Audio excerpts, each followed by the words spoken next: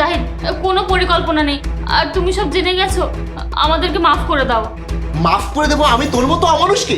এই তুই কি ভেবেছিস তুই আমার ছেলেকে আমার থেকে আলাদা করে তুই আমার সব সম্পত্তির মালিক বানাবি তোর গর্ভের সন্তানকে? এই তুই কি ভেবেছিস তুই আমার সন্তানকে আমার থেকে আলাদা করে সবকিছু তোর সন্তানের জন্য রাখবি? আর কি যেন পরিকল্পনা করেছিস তুই হয়তো জানিস না, কুকর্ম আর কুকথা সবচেয়ে আগে ফাঁস হয়। শোন, আমি তো আমার এই ছেলের জন্যই দ্বিতীয় বিয়ে করেছিলাম, যাতে ও মায়ের আদর স্নেহ ভালোবাসা পায়। তুই নাকি কখনোই ওর মা হতে পারবি না। তাহলে তুই আমার কাছে কি আশা করিস? আমি কি শুধু তোর স্বামী হয়ে তোর সাথে সংসার করব? আমি কি শুধু আমার নিজের চাহিদার জন্য তোকে স্ত্রী বানিয়ে রাখবো?